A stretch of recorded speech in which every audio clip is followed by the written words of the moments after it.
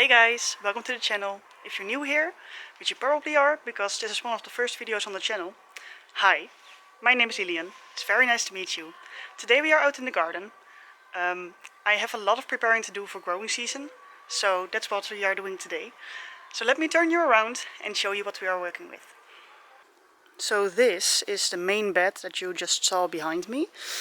In the front, in these two containers, I have, or a hanging basket, whatever you want to call it, I have strawberry plants.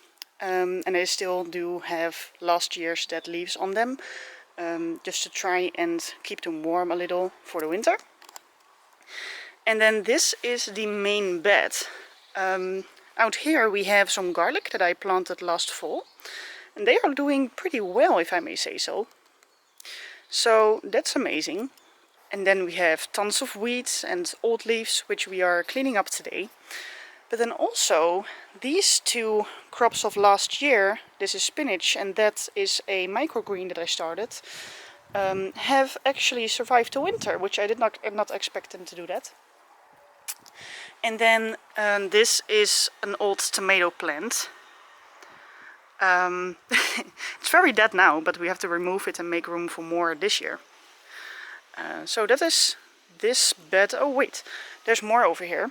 I have some carrots in here actually that I did not harvest last year because they stayed pretty small in my, I felt like. So they are still in here, and today we're going to dig them up and see if they are worth anything, if they are actual carrots. So I am very curious to see that. Then around the corner here we have two more in-ground beds. Now the main raised bed that you just saw is south facing, so it gets a lot of sun. It's perfect for a vegetable garden. These two are on the side of the house, so they do still get quite a bit of sun during the summer, especially that one over there. But it's a little less than the south facing raised bed. Now this one is kind of a mess. My mom used this bed to store or overwinter some of her bushes, and she has just dug them out, so that's why there's a huge hole in there. Now this in-ground bed still has some herbs in here actually that I did not expect to survive the winter. Apparently thyme can survive the winter over here, so that is looking pretty nice actually.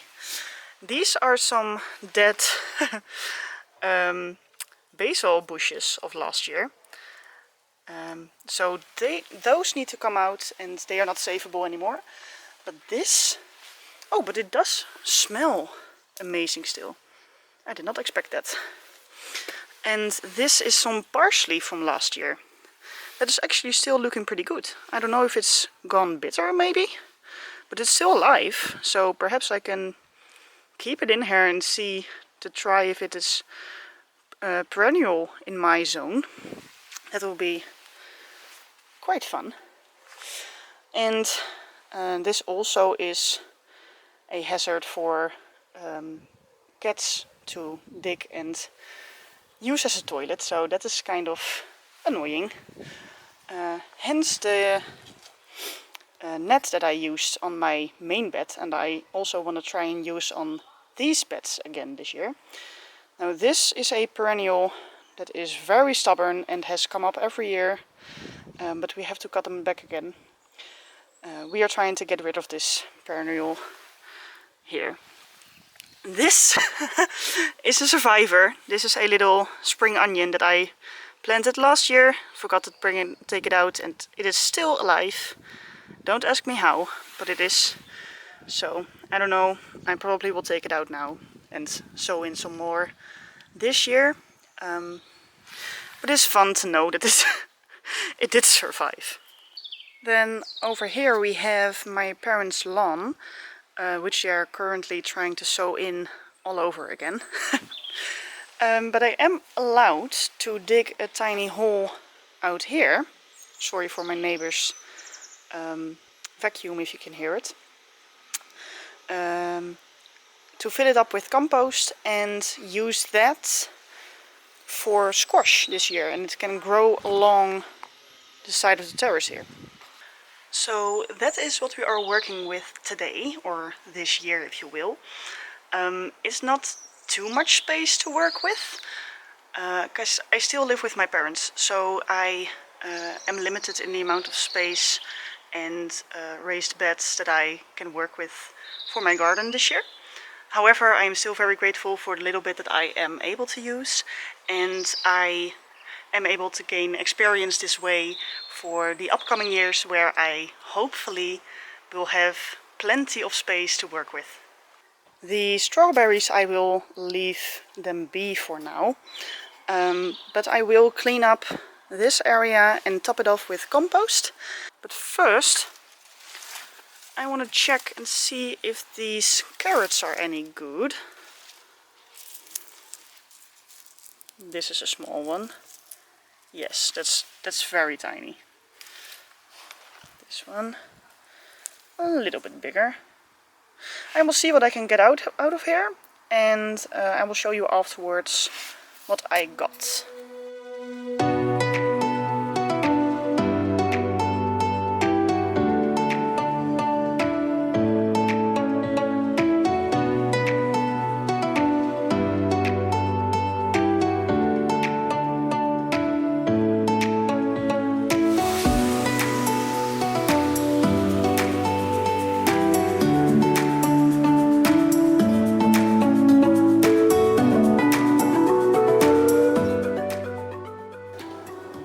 So now that's done, this is clean enough for me.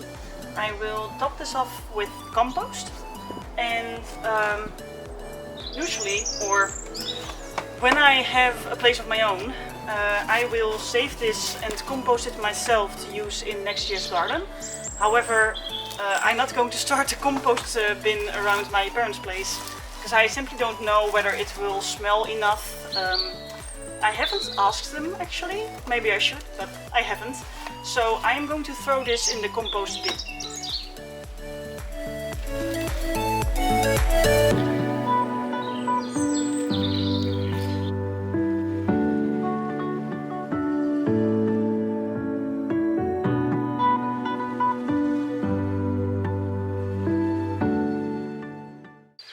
Alright, we are making progress. Let me show you real quick what I got out of the garden in terms of carrots. I got all of these, so they are pretty tiny, but the biggest ones, these two, they are kind of decent. So that's nice. Also, I found these two plants, and they look like baby strawberry plants. So I will put those up inside and save them, because my strawberry plants, weirdly enough, have not produced runners yet, and I do want to save babies for later, so I can swap them out once these stop producing significantly. So I am glad that I found these, and we will see if they are actually strawberry plants. Alright, so now that's done. This is looking a lot better if you ask me.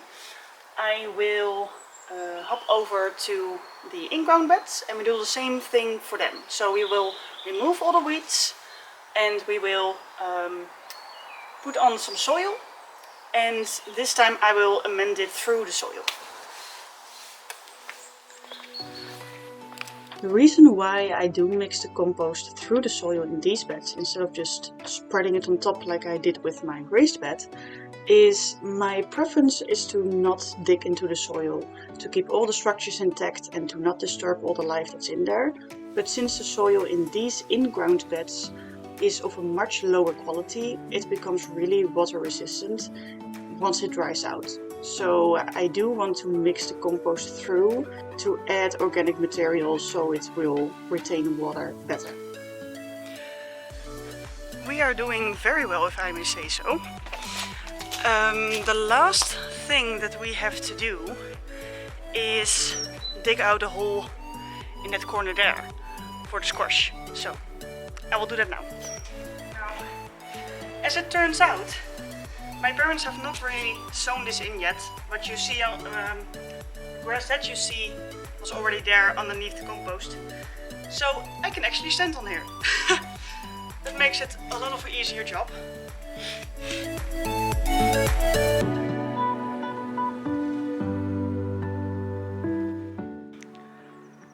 So now we have dug a hole and filled it back up with compost. Now the difference is a little bit different, or a little bit harder to see than on the other beds, because the surroundings are also composted. But believe me, there's a hole here now with more organic matter than there was before. So that's perfect for when I want to grow squash in here. So I believe that's it for today.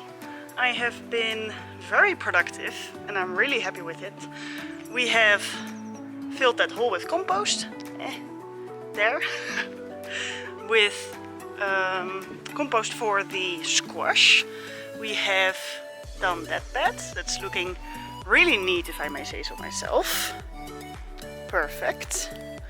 The strawberries again will be for another day, once the last frost have gone.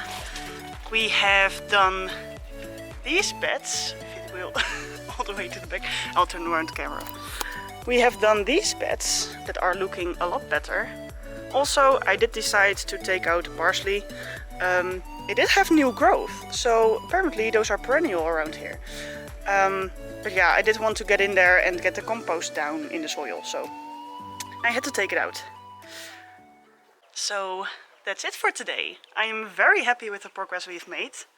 Now, if you are curious to see what I'm going to plant this season, I will have made a video on that as well, so you can go and watch that if you like.